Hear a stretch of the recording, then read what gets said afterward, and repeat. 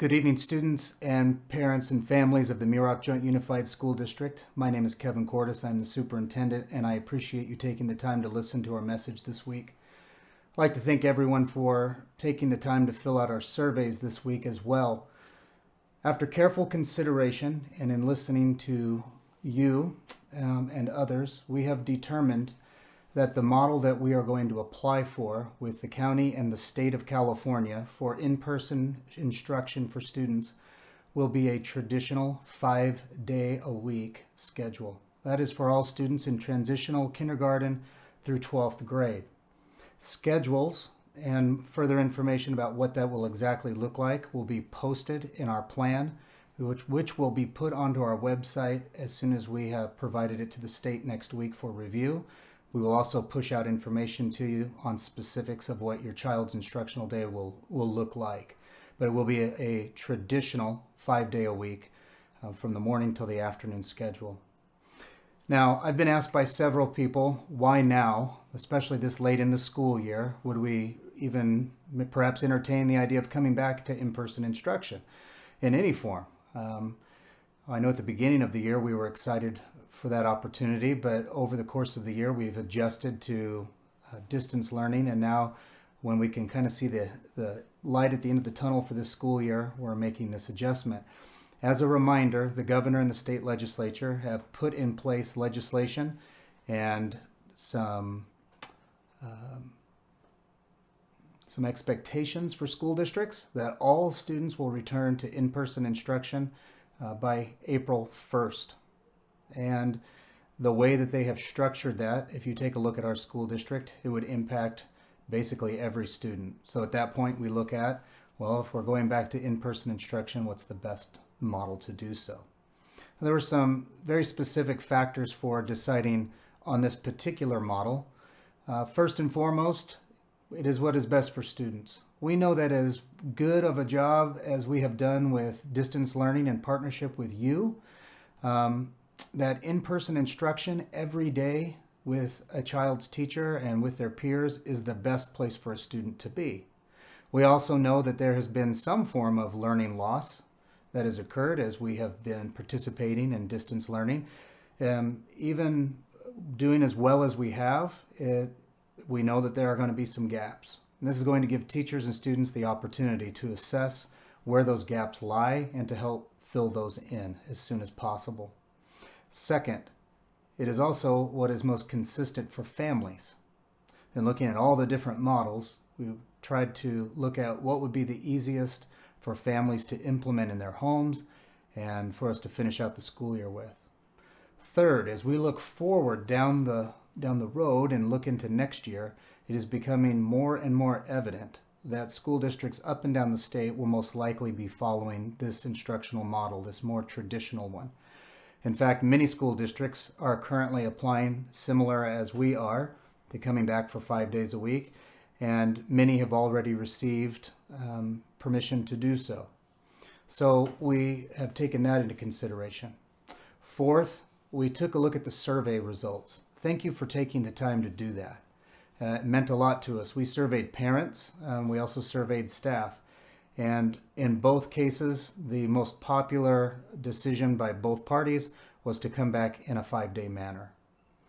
And then last, we also take a look at all of the other partners that we have and just the way that society is structured in a way when it comes to education. So for many of us, our work week is Monday through Friday. It starts at about the beginning of the school day. It ends in the evening. Childcare is usually based around a traditional school week and a traditional start and stop time. And making any adjustments to that and then looking out and trying to figure out how we would mitigate some of those other issues that would pop up if we were to do AM, PM every day or switch the schedules around, caused a lot more questions that were outside of our control to be able to answer. And so ultimately we felt that going with the traditional 5-day-a-week school week would be the best thing. The other thing to consider too, or some other things to consider, is that it is what we're used to doing. Prior to COVID, this is what we were all used to doing. It'd be easiest to kind of move back into this manner of providing education to students. And then there's also the point of there's something that some school districts do. We don't in our calendar, but I understand why other districts do this. Some districts start on a Wednesday, and they do that so that they can use the Wednesday and Thursday and Friday to go through procedures and to learn about how school is. And that way, when they come back on that second week on a Monday, they can hit the ground running. In a way, for us, this will provide an opportunity for us to work with the students and to practice our procedures. And then that way in the fall when we return, we can hit the ground running. This past week, we have been meeting with classified and teachers, and we have been looking at everything that we can possibly think of to put into the safety plan in regards to your children. Everything from how they will enter the building to exiting the building at the end of the day. What the school day will look like, both in the classroom and in more unstructured environments such as the playground or cafeteria or the quad area in high schools. We have taken a look at what distance learning will look like for students as well. We have always been committed to providing a distance learning option for students. So if you do not feel comfortable sending your student to school, you'll still be able to utilize distance learning. Now for elementary students, this will most likely include a teacher change and could include a combination class. In the upcoming week, we will ask you in a survey to please share with us information regarding each of your children individually and your intent whether to send them back to school or not. At the elementary grades, this will help us to build out our classes and to see just how many students will be remaining in distance learning and how many will be coming to school. We will do everything that we can to keep your child with their teacher, but at elementary grades, some adjustments will need to be made based on how many students return. We're very understanding about the relationships that are built between a student and their teacher, especially this deep into the school year. But in order to accommodate everyone, some adjustments may have to be made.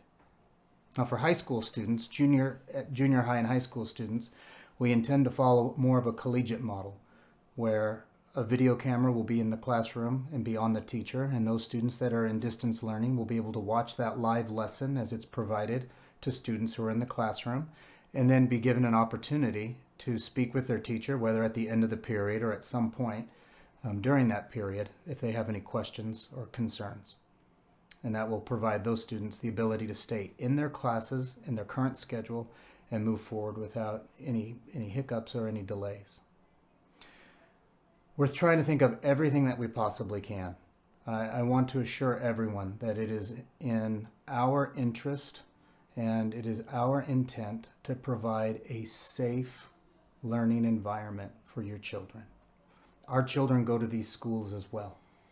Many of us in the school district have children that attend our schools, and we want to provide the best instruction that we possibly can for them.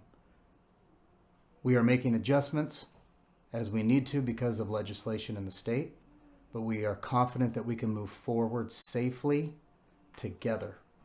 Thank you for all that you do.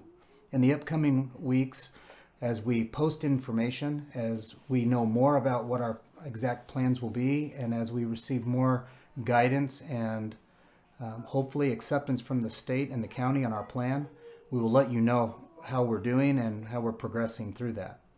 We will also post our plan on our website as soon as we have posted it with the county and the state prior to approval.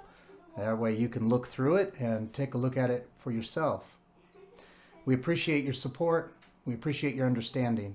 As we move forward, please understand that some procedures and policies that have been in place will need to be adjusted. And that is because of COVID-19. We have seen in our society and in many places that common procedures have had to be set aside to keep people safe. And so we are building in safeguards in our schools as well, and I would ask for your patience and your understanding as we move forward. Thank you for all that you do. More information will be coming out to you, but we wanted to make sure that you knew the model that we were moving forward with. We wish you a great weekend. Thank you for all that you do. Good evening.